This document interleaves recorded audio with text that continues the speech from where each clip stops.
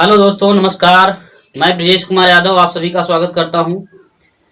मैं वीकेसी कलम से क्रांति आप सभी के लिए लेकर के आया हूं आज का नया टॉपिक, प्रकाश वैद्युत प्रभाव। अगला अध्याय जो है प्रकाश वैद्युत प्रभाव।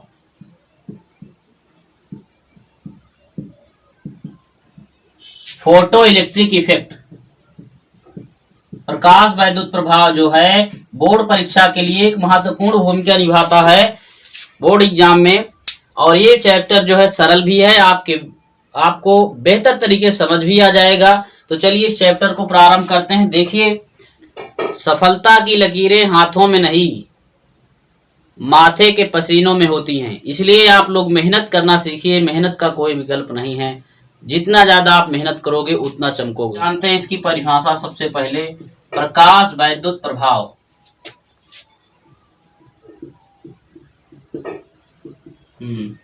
Photo electric effect.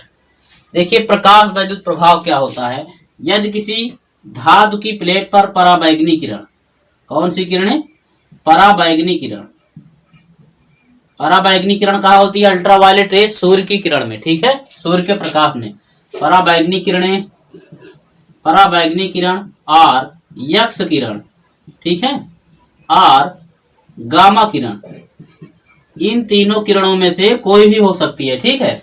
जब किसी धातु की प्लेट, ये धातु की प्लेट है, धातु की प्लेट, ठीक है, जब किसी धातु की प्लेट पर, हाँ देखो, जब किसी धातु की प्लेट पर पराबैंगनी किरणें पड़ती हैं तो तुरंत इलेक्ट्रॉन का उत्सर्जन होता है।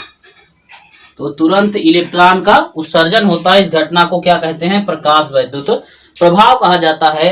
देखिए, सन 1886 ईस्वी में हाल बैस नामक वैज्ञानिक ने देखा कि,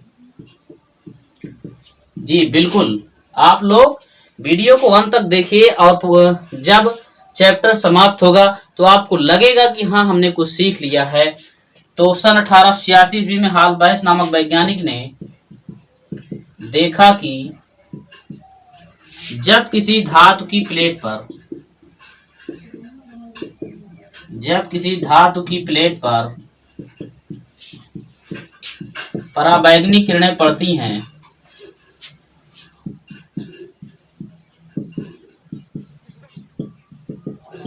पराबैंगनी किरणें पड़ती हैं तो क्या होता है? तो तुरंत इलेक्ट्रॉन का उत्सर्जन होता है। क्या होता है? तुरंत इलेक्ट्रॉन का उत्सर्जन होता है।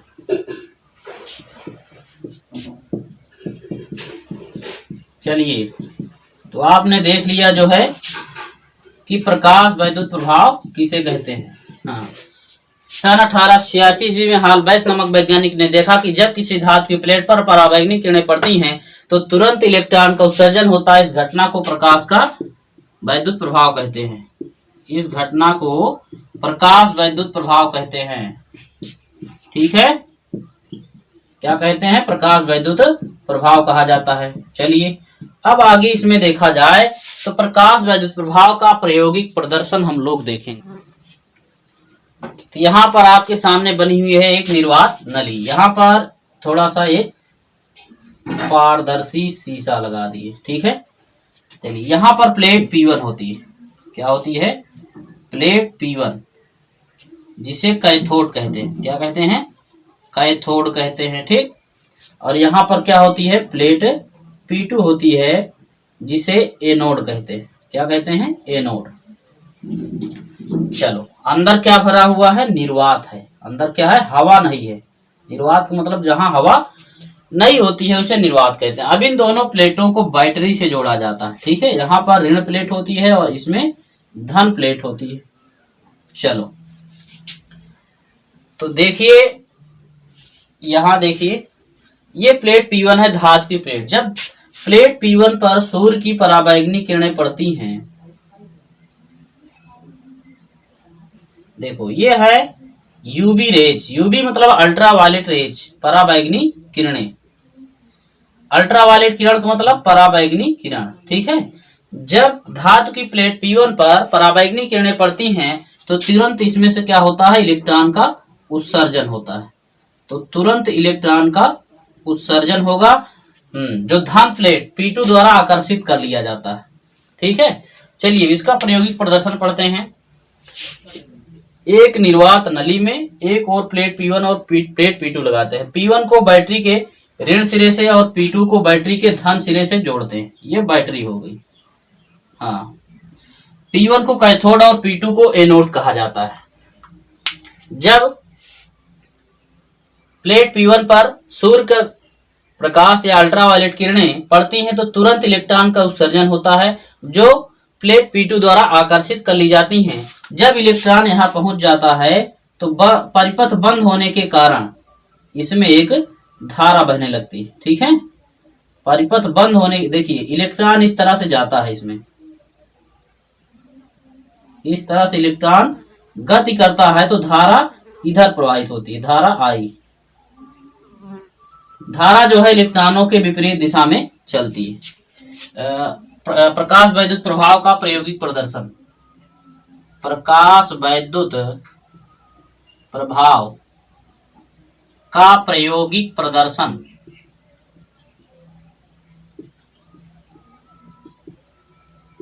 देखिए, एक कांच की नली में, कांच की बंद नली, जिसको निर्वात नली भी बोल सकते हैं, नली में निर्वात उत्पन्न करके प्लेट P1 व P2 को क्रमशः बैटरी के ऋण एवं धन ध्रुव से जोड़ देते हैं, धन ध्रुव से जोड़ देते हैं।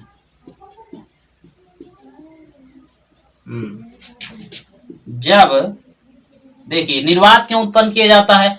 ताकि इलेक्ट्रॉन जो है हवा के अणुओं से टकरा करके अपनी ऊर्जा को ना खोएं। ठीक है, कभी कभी पूछा जाता है कि निर्वात, प्रकाश वैद्युत प्रभाव के प्रायोगिक प्रदर्शन में नली के अंदर निर्वात क्यों रखा जाता है?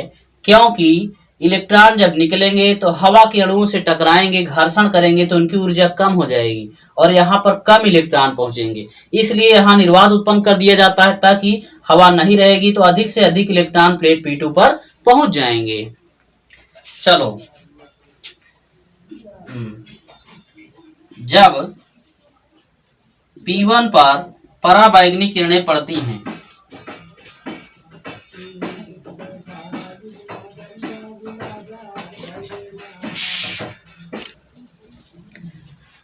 जब P1 पर पराबैंगनी किरणें पड़ती हैं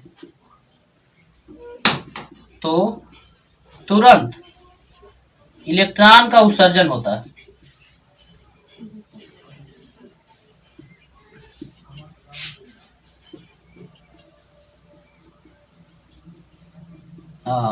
इलेक्ट्रॉन ऋणावेशित होते हैं।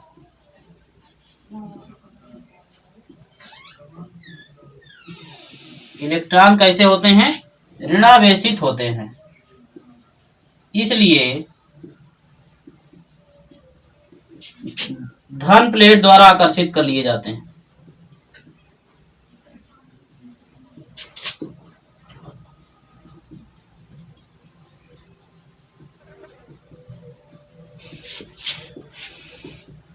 धन प्लेट द्वारा, देखो इलेक्ट्रॉन ऋणावेशित होने के कारण प्लेट P2 क्या है? कैथोड है, धन प्लेट से जुड़ी हुई है। यहाँ पर देखो ये धन प्लेट से जुड़ी है, इसलिए इलेक्ट्रॉन जब ऋणावेशित हैं तो धन प्लेट P2 इलेक्ट्रॉन को क्या करती है? अपनी ओर आकर्षित कर लेती है। इलेक्ट्रॉन ऋणावेशित होते हैं, इसलिए धन प्लेट द्वारा आकर्षित कर लिए जाते हैं। जब इलेक्ट्रॉन बंद परिपथ में गति करते हैं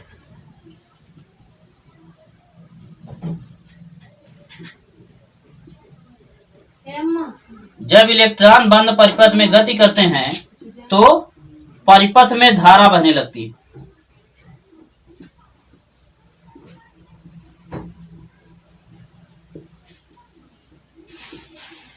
चलिए, तो देखिए हम लोगों ने क्या सीखा। प्रकाश वैद्युत प्रभाव का प्रायोगिक प्रदर्शन। एक निर्वात नली में जो है एक तरफ प्लेट P1 और P2 लगा करके प्लेट P1 को बैटरी के ऋण ध्रुव से और प्लेट P2 को बैटरी के धन ध्रुव से जोड़ देते हैं। प्लेट P1 को कैथोड बोलेंगे और प्लेट P2 को एनोड बोला जाता है। अब जैसे ही पराबैंगनी किरणें अल्ट्रावायलेट रेज प्लेट P1 पर पड़ती है तो तुरंत इलेक्ट्रॉन का उत्सर्जन होता है। इलेक्ट्रॉन ऋणावेशित होते हैं, इसलिए इस धन प्लेट P2 द्वारा क्या कर लिए जाते हैं, आकर्षित कर लिए जाते हैं। जैसे ही इलेक्ट्रॉन प्लेट P2 पर पहुंच करके परिपथ में गति करते हैं, परिपथ बंद होता है, इसलिए परिपथ में धारा बहने लगती है। तो इस तरह से हम लोगों ने जो है प्रायोगिक प्रदर्शन को तैयार कर लिया। वैद्युत धारा, देखिए प्रकाश वैद्युत धारा इंपॉर्टेंट हेडिंग है, इसके बारे में बोर्ड परीक्षा में हमेशा पूछा गया है। प्रकाश वैद्युत धारा, ठीक है। फोटो इलेक्ट्रिक करंट, क्या होगी हेडिंग, फोटो इलेक्ट्रिक करंट। तो यहां पर जो है हम लोग सीखने वाले हैं प्रकाश वैद्युत धारा। देखिए जब इलेक्ट्रॉन जो है प्लेट P1 से निकल करके P2 पर पहुंचते हैं और बंद परिपथ में जब गति करते हैं तो जो धारा बहती है I, उसी को क्या बोलते हैं, प्रकाश वैद्युत धारा कहते हैं। चलिए देखिए यहां पर प्रकाश वैद्युत प्रभाव की इलेक्ट्रॉन, चलो इलेक्ट्रॉन प्लेट P1 से निकलकर प्लेट P2 पर पहुंचते हैं।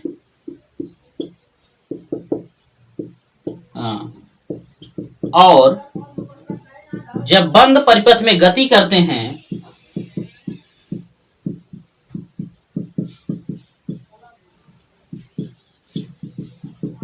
क्या करते हैं, जब बंद परिपथ में गति करते हैं, एक नंबर में पूछा गया है बोर्ड परीक्षा में अभी पिछले ही सत्र, ठीक है। तो प्रकाश वैद्युत प्रभाव आप जो है अच्छी तरीके से समझ लीजिए। प्लेट P1 से इलेक्ट्रॉन निकलकर प्लेट P2 पर पहुंच गए और जब बंद परिपथ में गति करेंगे तो एक धारा बहने लगती है, इसी क्या बोलते हैं, प्रकाश वैद्युत धारा बोलते हैं, ठीक। चलो बंद परिपथ में गति करते हैं तो परिपथ में धारा बहने लगती है। परिपथ में क्या होती है, धारा बहने लगती है, जिसे प्रकाश वैद्युत धारा कहते हैं।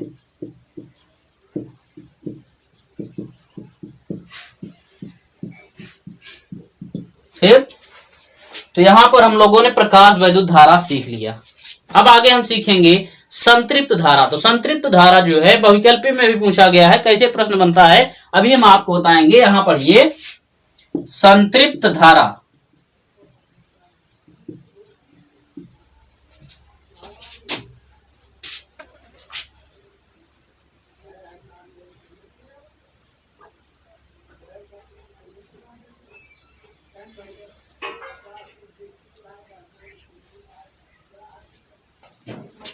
अब हम लोग पढ़ेंगे संतृप्त धारा, ठीक है। Saturated current. यहां पर सीखिए, यहां पर अगर आप बढ़ाते जाइए, प्लस वाला वोल्टेज बढ़ाते जाइए, ठीक है, धन विभव बढ़ाते जाइए, जो धन ध्रुव का वोल्टेज है इसको आप बढ़ाते जाइए अपने कुंजी से, बटन से। तो अगर आप इसको बढ़ाते जाएंगे तो जब इसका वोल्टेज बढ़ेगा तो इलेक्ट्रॉन को आकर्षित करने की क्षमता भी इसकी बढ़ जाएगी।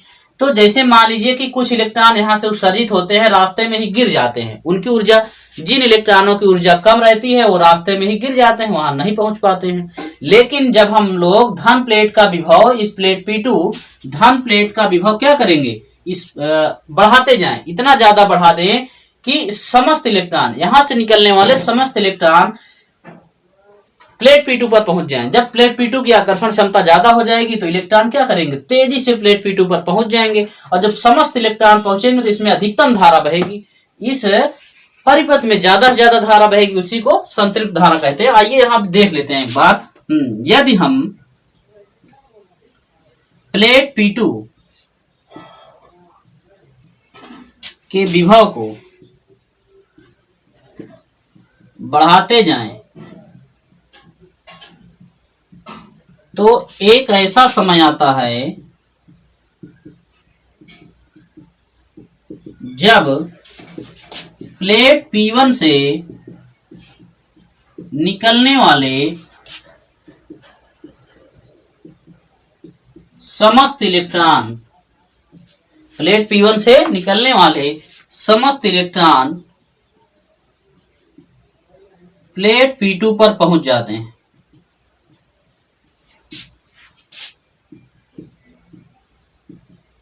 जिससे क्या होता है, जिससे परिपथ में अधिकतम धारा बहती है।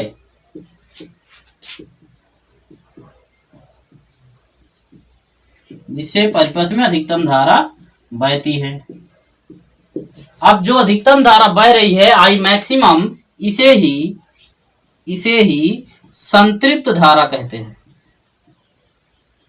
ठीक है, संतृप्त धारा कहते हैं। अब समझ में आया कि जी हाँ बिल्कुल बिल्कुल ठीक है।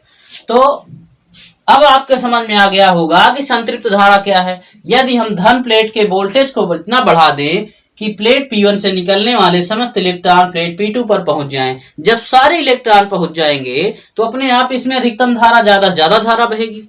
तब उसी धारा को हम लोग क्या कहेंगे, मैक्सिमम करंट। ठीक है, संतृप्त धारा, सैचुरेटेड करंट। तो कार्यफलन एक अपने आप में महत्वपूर्ण हेडिंग है, तो इसको सीखना आपके लिए बहुत जरूरी है। तो कार्यफलन, ठीक है, कार्यफलन के बारे में जानते हैं, वर्क फंक्शन। ठीक, चलिए कार्यफलन के बारे में सीखिए। कार्यफलन क्या है? कार्य का मतलब होता है, कार्य का सीधा संबंध दोस्तों ऊर्जा से होता है। देखिए यहां पर पराबैंगनी किरण में इतनी ऊर्जा हो, ये पराबैंगनी किरण है। पराबैंगनी किरण जो है, अगर इसमें बहुत कम ऊर्जा होगी तो इलेक्ट्रॉन नहीं निकलेगा। एक निश्चित ऊर्जा के बराबर या उससे ज्यादा होनी चाहिए। ठीक है, जैसे मान लीजिए कि 10 इलेक्ट्रॉन वोल्ट पर इसमें निकलने लगते हैं इलेक्ट्रॉन। ऊर्जा अगर 10 इलेक्ट्रॉन वोल्ट है तो इलेक्ट्रॉन निकलने लगते हैं, और 9 हो गई या 9.9 इलेक्ट्रॉन वोल्ट हो गई तो नहीं निकल रहे हैं इलेक्ट्रॉन। इसका मतलब ही क्या है, 10 इलेक्ट्रॉन वोल्ट उसका कार्यफलन है। पहले समझिए चीजों को कि वह न्यूनतम ऊर्जा जिसके कारण इलेक्ट्रॉन निकल पाते हैं, वह न्यूनतम ऊर्जा जो किसी धातु की प्लेट से इलेक्ट्रॉन का उत्सर्जन कराते, वह न्यूनतम ऊर्जा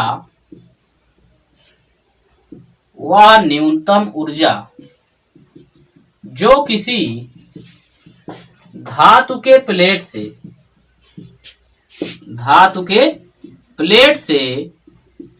ऊर्जा का उत्सर्जन करा दे,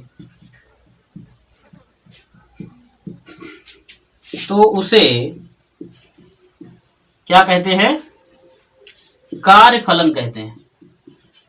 कार्यफलन कहते हैं। तो यहां पर आपने सीखा कि वह न्यूनतम ऊर्जा, ठीक है, वह न्यूनतम ऊर्जा जो किसी धातु की प्लेट से ऊर्जा का उत्सर्जन, इलेक्ट्रॉन का उत्सर्जन करा दे, वह पराबैंगनीकरण में इतनी ऊर्जा होनी चाहिए कि वह धातु की प्लेट से इलेक्ट्रॉन का उत्सर्जन करा दे, तब उसे क्या कहते हैं, कार्यफलन कहते हैं। ठीक है, कार्यफलन को किससे डिनोट करते हैं, आप लोग बताइए। हाँ बताइए, कार्यफलन को W से लिखते हैं। किससे लिखते हैं, W से लिखते हैं। चलिए, हाँ, कार्यफलन की ऊर्जा इलेक्ट्रॉन वोल्ट की कोटि में होती है, चलिए, अलग अलग धातुओं का कार्यफलन भी अलग अलग होता है। अलग अलग धातुओं का कार्यफलन अलग अलग होता है।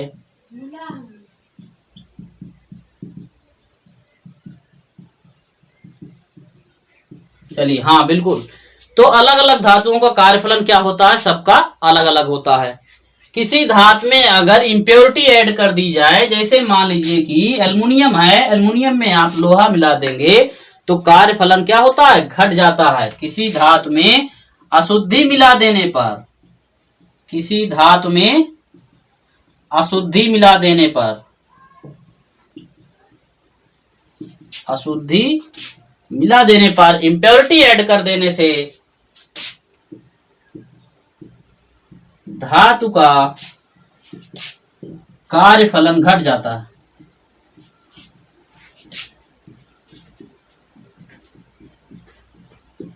चलिए, तो यहाँ पर आपने देखा कार्यफलन के बारे में कि वह न्यूनतम ऊर्जा जो किसी धातु की प्लेट से ऊर्जा का उत्सर्जन करा सकती है उसे कार्यफलन कहते हैं। कार्यफलन को W से लिखते हैं। फिर उसके आगे आपने देखा कि कार्यफलन की ऊर्जा इलेक्ट्रॉन वोल्ट में होती है और अलग अलग धातुओं का कार्यफलन क्या होता है, अलग अलग होता है। ठीक है, अशुद्धि मिला देने पर कार्यफलन का मान क्या होता है, घट जाता है। यहाँ पर आप देखिए घट जाता है। आपको पढ़ना है निरोधी विभव या संस्तब्ध विभव। देखिए पढ़ते रहिए, आप अपनी पढ़ाई की स्टॉप मत कीजिए। जो लोग घर से निकल पड़े हुए हैं मंजिल पर वही पहुंचेंगे, जो लोग घर से निकले ही नहीं वो सिर्फ सपने ही देखते हैं। सपनों को पूरा करना है तो मेहनत भी आप ही की होनी चाहिए। चलिए यहाँ पढ़ा जाए संस्तब्ध विभव, VIMP, वेरी इंपॉर्टेंट हेडिंग, संस्तब्ध।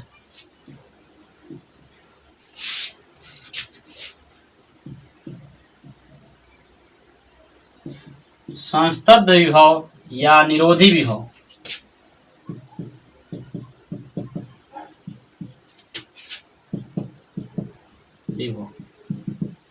ठीक है, स्टॉपिंग वोल्टेज।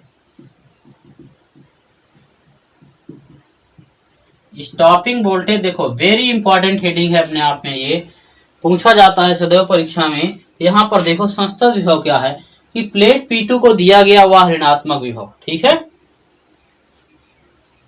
चलो प्लेट P2 को यहाँ पर देखो, प्लेट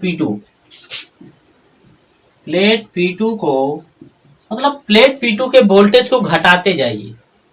अगर आप बढ़ाएंगे तो अधिकतम धारा बहेगी जिसको संतृप्त धारा कहते हैं, और अगर इसका वोल्टेज घटाएंगे, घटाते जाइए, इतना घटा दीजिए कि इलेक्ट्रॉन जो इस पे पहुंच रहे थे एक भी इलेक्ट्रॉन न पहुंचने पाए। जब आप बढ़ाएंगे तो समस्त इलेक्ट्रॉन पहुंच जाते हैं। अगर प्लेट P2 के वोल्टेज को बढ़ाते जाएं तो समस्त इलेक्ट्रॉन प्लेट P2 पर पहुंचने लगते हैं। लेकिन इसी के वोल्टेज को, प्लेट P2 के वोल्टेज को घटाते जाइए तो एक ऐसा समय आता है कि एक भी इलेक्ट्रॉन प्लेट P2 पर नहीं पहुंचता। जब इलेक्ट्रॉन नहीं पहुंचेगा तो इसमें धारा का मान क्या होगा, शून्य हो जाएगा। इसी को बोलते हैं निरोधी विभव। ठीक है, प्लेट P2 को दिया गया वह ऋणात्मक विभव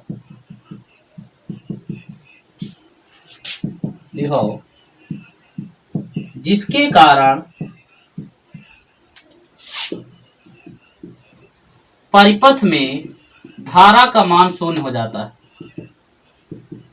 धारा का मान क्या होता है, शून्य हो जाता है।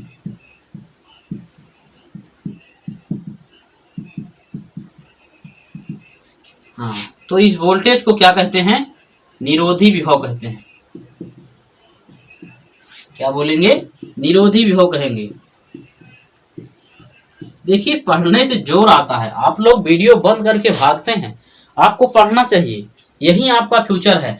उस जगह पे आप पढ़ेंगे जहां पर शायरी बोली जाती है, मजे लगवाए जाते हैं। देखिए वहां पर आपका समय बर्बाद किया जाता है। आप देखिए आपको एक एक टॉपिक बेहतर तरीके से एक ही जगह पर सारे कंटेंट एक ही वीडियो में आपको मिल जाता है।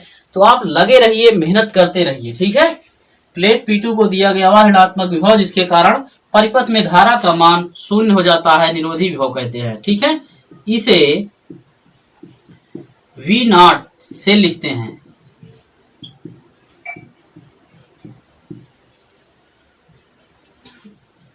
अधिकतम गतिज ऊर्जा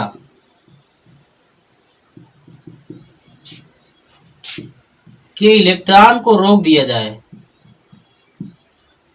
अधिकतम गतिज ऊर्जा के इन इलेक्ट्रॉनों को रोक दिया जाए तो धारा का मान शून्य हो जाता है। ऊर्जा के इलेक्ट्रॉनों को रोक दिया जाए तो धारा का मान शून्य हो जाता है।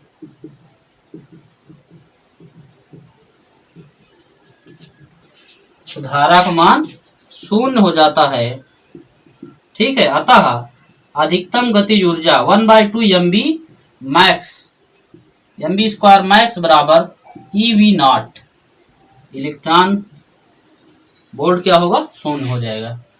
चलो आगे अब हम लोग पढ़ेंगे जो है प्रकाश वैद्युत प्रभाव के प्रायोगिक तत्व। आगे देखिए प्रकाश वैद्युत प्रभाव के प्रायोगिक प्रदर्शन के तत्व। यहाँ देखेंगे प्रकाश वैद्युत प्रभाव के प्रायोगिक प्रदर्शन के तत्व। सबसे पहले आप देखेंगे प्रकाश की तीव्रता की निर्भरता। प्रकाश की तीव्रता की निर्भरता, हाँ, प्रकाश की तीव्रता की निर्भरता। यहाँ आप सीखिए, जैसे किसी धातु के प्लेट के एकांक क्षेत्रफल पर पहुंचने वाले प्रति सेकंड पहुंचने वाले इलेक्ट्रॉनों की संख्या को प्रकाश की तीव्रता कहते हैं। देखो यहाँ पर जो है किसी धातु की प्लेट पर, किसी धातु की प्लेट पर प्रति सेकंड पहुंचने वाली प्रकाश की किरणों की संख्या को, प्रकाश की किरणों की संख्या को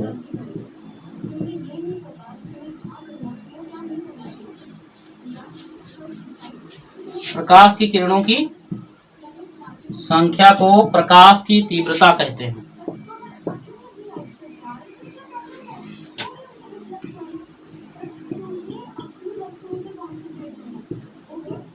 देखिए यहां से आप चित्र से समझिए कि धातु की प्लेट पर प्रति सेकंड पहुंचने वाली प्रकाश की किरणों की संख्या को प्रकाश की तीव्रता कहते हैं। अब आप यहाँ सोचिए कि जितनी ज्यादा एक सेकंड में प्रकाश की किरणें आएंगी उतने ज्यादा इलेक्ट्रॉन निकलेंगे, और ज्यादा इलेक्ट्रॉन निकलेंगे धारा ज्यादा प्रवाहित होगी, इसमें धारा ज्यादा प्रवाहित होगी।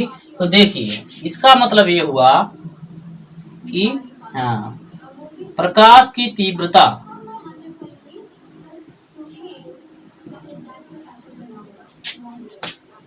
धारा के अनुक्रमानुपाती होती है, धारा के अनुक्रमानुपाती होती है।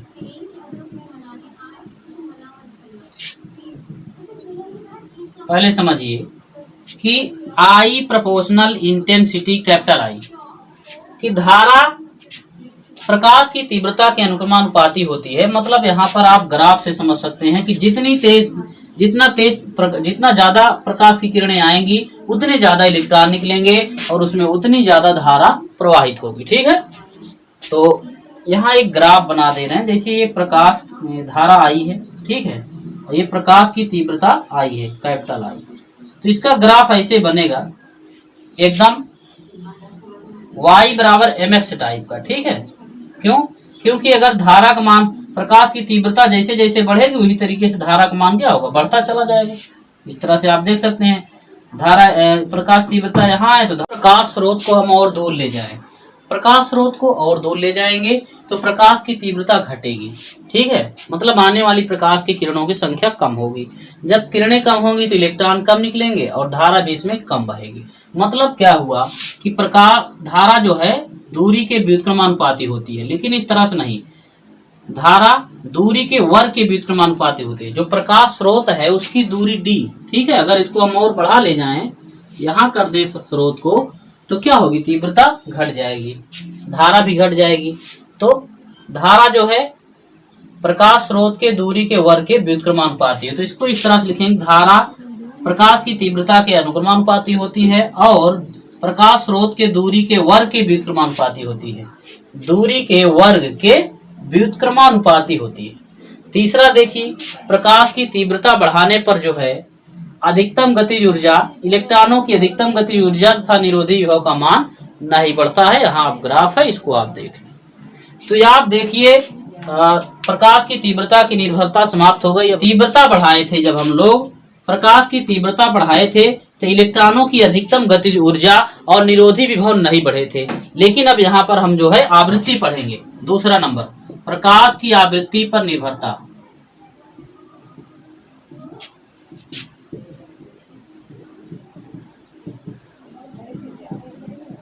देखो, प्रकाश की आवृत्ति बढ़ाने पर, वेरी मोस्ट इंपॉर्टेंट है, प्रकाश की आवृत्ति बढ़ाने पर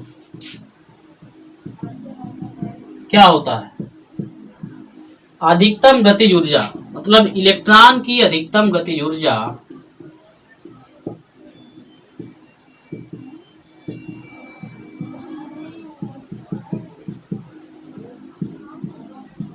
और निरोधी विभव, ठीक है, निरोधी विभव का मान बढ़ता है। बहुविकल्पी में पूछा गया है आपसे कि आवृत्ति बढ़ाने पर क्या होता है, निरोधी विभव बढ़ता है, घटता है, ठीक है।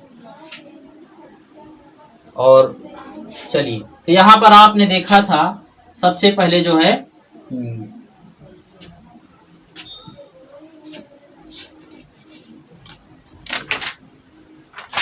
आपने देखा था तीव्रता, जब आपने तीव्रता बढ़ाई थी, तीव्रता बढ़ाने पर क्या हुआ, क्या बढ़ी, धारा बढ़ी, धारा बढ़ी, और क्या चीज नहीं हुआ, हाँ,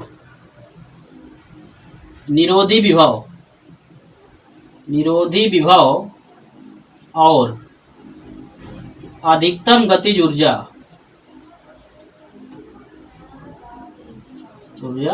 नहीं बढ़ी।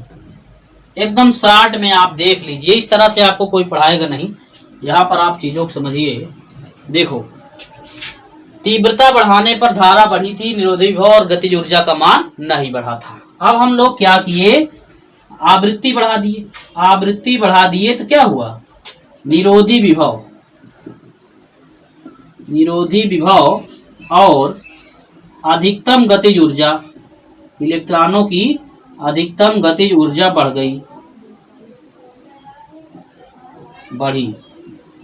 देखो यहाँ प्रकाश की आवृत्ति बढ़ाने पर इलेक्ट्रॉनों की अधिकतम गतिज ऊर्जा और निरोधी विभव का मान क्या होता है, बढ़ जाता है, ठीक है।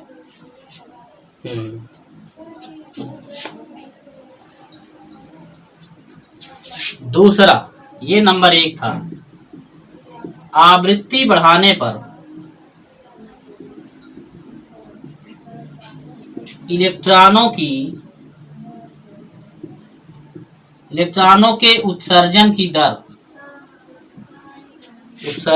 दर नहीं बढ़ती।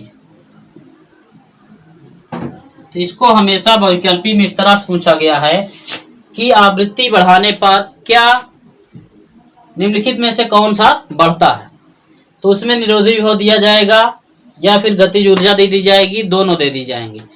तो निरोधी विभव और दूसरे में दे दिया जाएगा गतिज ऊर्जा, तीसरे में दोनों, कोई नहीं आपको दे देगा चौथे ऑप्शन में। तब आप उसमें लगाएंगे निरोधी विभव और इलेक्ट्रॉनों की अधिकतम गतिज ऊर्जा दोनों बढ़ते हैं आवृत्ति बढ़ाने पर, और तीव्रता बढ़ाने पर निरोधी विभव और अधिकतम गतिज ऊर्जा का मान नहीं बढ़ता है। चलो, पर देहली आवृत्ति अब हम लोग सीखेंगे, देहली आवृत्ति, ठीक है। तो देहली आवृत्ति आपको बिल्कुल रट जाना चाहिए, क्योंकि ये आपको परीक्षा में आना ही आना है।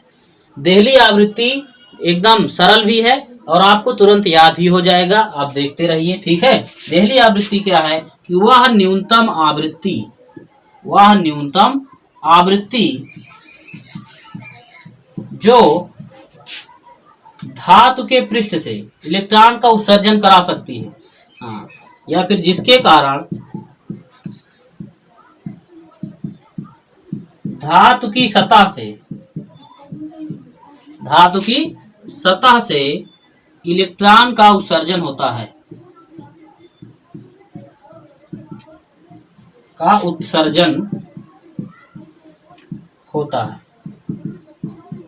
उसे देहली आवृत्ति कहते हैं।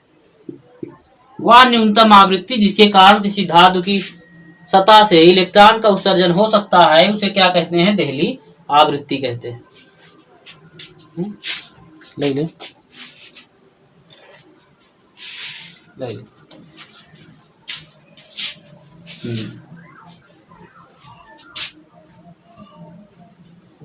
देहली आवृत्ति कहते हैं। चलिए देखिए, इसे न्यू जीरो से लिखते हैं, यहाँ आप ध्यान दें, इलेक्ट्रॉन धातु की सतह से स्टार, ठीक है, इंपॉर्टेंट, धातु की सतह से इलेक्ट्रॉन उत्सर्जित होने के लिए